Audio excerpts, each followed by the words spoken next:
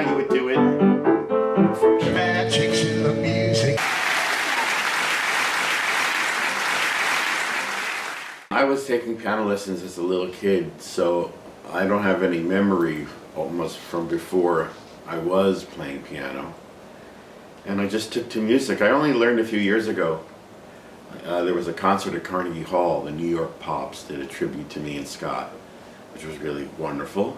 And it was wonderful that my mother was there along with my piano teacher and my sister Joyce, because they had just told me right before that something I never heard, which was that my sister was taking piano lessons and then went out to play, and my mother said to the piano teacher, Miss Andrews, said, "Come on up and have a cup of coffee." And so she went up to the kitchen, and I suddenly heard my sister's piano lesson being played on the piano, but my sister had gone outside. So they were like, spooky. And they looked around the corner of the stairway. There I was, like, figuring it out by ear. That's why they knew, oh, let's start him on piano lessons, even though I think I was younger than people usually are when they start. And so I don't have any other memory outside of being into music. And it's nothing ever, I don't think I ever thought, oh, I want to become a songwriter. I just felt I already was. I mean, I was just full of music and lyrics and the ability to, well, I didn't have the ability then, but to score moments. All it was as a kid was, this was my cat walking across the room. I can't believe I remember this, but of course it's only,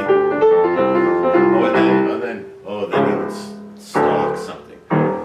That was my first scoring. Just a C chord, arpeggiated, an F and a G chord. Saturday morning cartoons was a huge part of my musical schooling. And unfortunately, I'm sad to say that most of my classical music knowledge is still based on its use in, Bugs Bunny, Warner Brothers cartoons. I mean, that music was the most brilliant music ever written or arranged. The way they took existing music. I mean, people my age, we certainly learned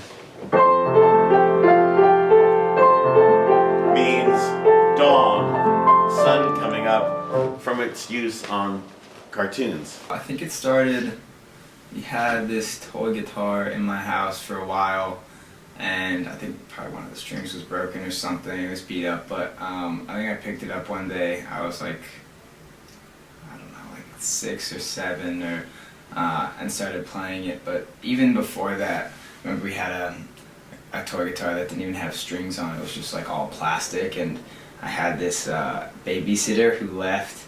I think she moved away, and I was all heartbroken, and so I wrote a song about her. Her name was Lucy, and it was basically just me, like, I don't know, I remember just like, my parents remember me like yelling Lucy, or like singing the name Lucy, and like strumming that plastic guitar. And yeah, from there, I borrowed my grandmother's guitar sometime when I was like 9 or 10, and we started renting an electric because I got interested in electric guitar really quickly. And yeah, I've always taken guitar lessons, but I never really thought of like, I don't know, singing kind of came later. I never really thought of it as something I would get into, but later on in my teens I started to get into that a little bit more. When the time I was 13 or 14, 15, I did every show written in community theater, thanks to the 2 ladies in my township who saw that our high school didn't put on musicals. So these 2 wonderful women, Manya Unger and Judy Cole, put together a summer theater workshop for kids where we put on musicals. And that was my first taste of that, doing The Sound of Music, playing piano for Sound of Music. And that's where I learned so much, doing community theater, where you get the actual vocal score, piano vocal, for the show. So it's not just like the simplified version that you buy in a music sheet in a music store. This is the real guts of how the music is for this musical, that you have to, learn and play exactly like as it is. And so that, it showed the trombones are going to do this and the flutes are going to do this, and so I could listen to those records and finally could actually see, oh, I see what this puzzle became more clear. Because when I listened to Mary Poppins when I was 4 years old, I didn't understand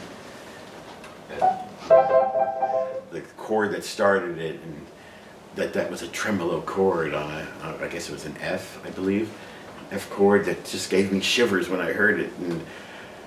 But I didn't know what strings or trombones or French horns were exactly. But those vocal piano scores from musicals taught me all that.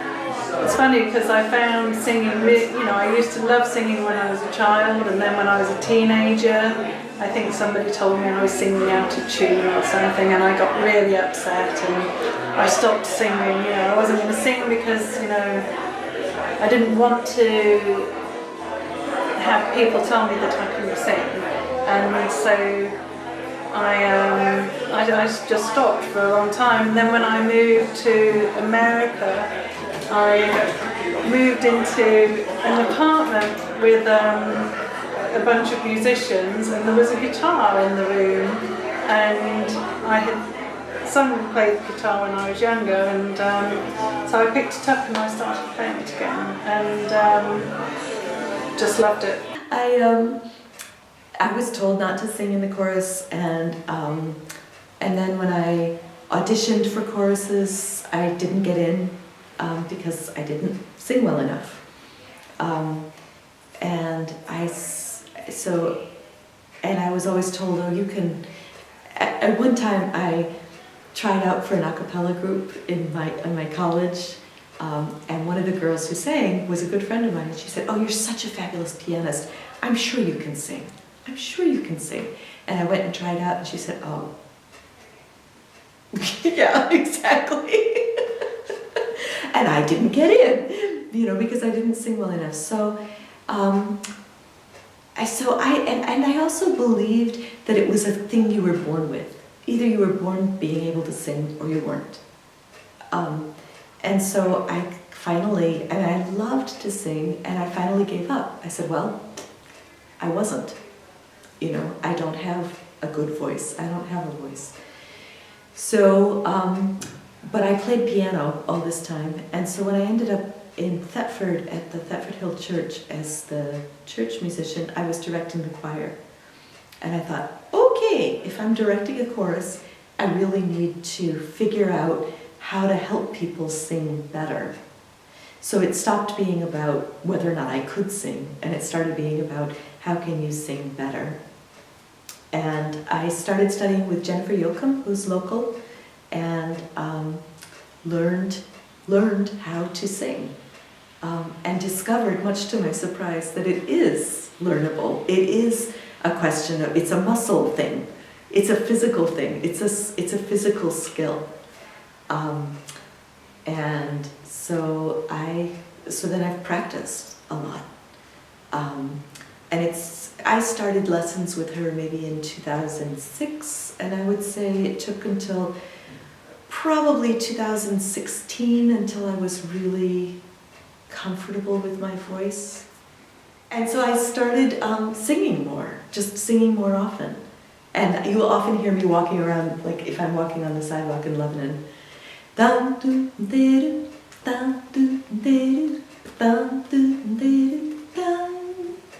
got sort of something going on to play with that'll fit in with how I'm walking.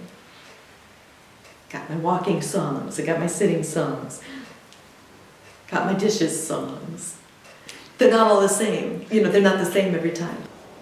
My life has been a fairy tale as far as, well, just about on a lot of levels, but career-wise, it was crazy. I was a Bette Midler fanatic. I guess she came out around 1972, 73, so by the time I was 13, 14, 15, those years, I was just a Bette Midler fanatic. Would, take a bus to go see her concert in New York. She had a concert called Clams on the Half Shell. And then, just by chance, I got my state diploma, a GED, equivalency diploma. So I knew I passed that even before I turned 16, so I kind of stopped going to school, and then on my 16th birthday was officially done with school. And the summer after that, which would have been, well, I was 16. I went to New York with a friend, and we ran into some other friends. We went to see an off-Broadway show, and so they said, "Oh, let's catch up." I mean, I was only 16. How do you catch up? But we went into what ended up being a little piano bar, which I shouldn't have been, and I was only 16. But it was empty, and so there was a piano. So of course I got up and started playing, and just like out of an old movie, the bartender was there sweeping up, and he went, "Hey kid, you're good. Wait right here." And he went next door, and there was a group of people who were doing a comedy review with music, and they needed a funnier piano player. They had told him they were looking for a funnier piano player than the guy that they had. And so they came barreling into Marie's Crisis, was the bar, the piano bar, which is a legendary piano bar. I didn't know at 16 that it was, or what it almost became. And they said, you know, "Can you play Together Wherever We Go, Cheesy?" And it was before Bill Murray had done that character on Saturday Night Live. And so I remember, like, at cast parties, I would say, "Here's how you would do it for a show." But if Steve and Edie did it, would be, you know, "Wherever we go, yeah, wherever we do." So I didn't know anyone else who understood that difference of styles that could turn a normal arrangement of a song into something cheesy. So I immediately went, "Oh, you mean like that?" And they were like, "You're hired." So I started going into the city on the weekends to play for them, and then started living with them at their apartments. And one of them was Scott Whitman, who is still as incredibly close to me as ever now, 3 billion years later. And he lived across the hall from one of Bette Midler's backup girls, who were called the Harlettes in Bette's show. And they had done their own song in Bette's last tour, just to open the second act. And so from that, they had gotten such a great reaction, they thought, "Let's do an act." And so they did an act. Bette wouldn't let them call themselves the Harlettes. They had to call themselves formally the Harlettes. And there I was, maybe I was 17 at that point, living across the hall, knew the kind of harmony they wanted to do from my immersion into Bette Midler, and then the things that Bette Midler led me to, like really hearing girl groups, because when girl groups were around I was very, very young, but Bette Midler kind of re-exposed me to that, so I got into all that, and Lullaby Broadway, or just all the different things. And also there was this Warner Brothers, I guess 25th anniversary at that point. Warner Brothers put out this, you know, 4-record set of the best of Warner Brothers, which was all those great Busby Berkeley musicals. So that also had really blew my mind, and that's where Lullaby Broadway came from. And then Bette Midler did her fantastic arrangement of it. Well, Barry Manilow did the arrangement, and so I just knew what they wanted, what they needed, and I would gladly do it for free. And I was right across the hall. So I became their musical director. I mean, they auditioned me, and they said, "All right," even though I was, you know, pint size. So there I was at 17. I became the formerly the Harlettes musical director, and then Bette Midler asked them to come back on the road with her on her next tour, and that she would let them open the whole show with their own act, like, you know, an opening act. So that was like 25 minutes or half an hour.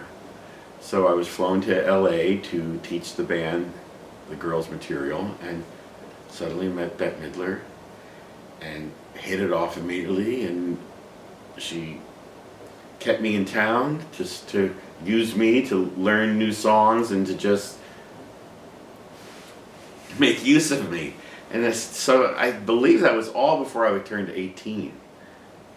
So my absolute hugest dream that could come true, that I never imagined could come true so quickly, did. There I was on tour with Bette Midler.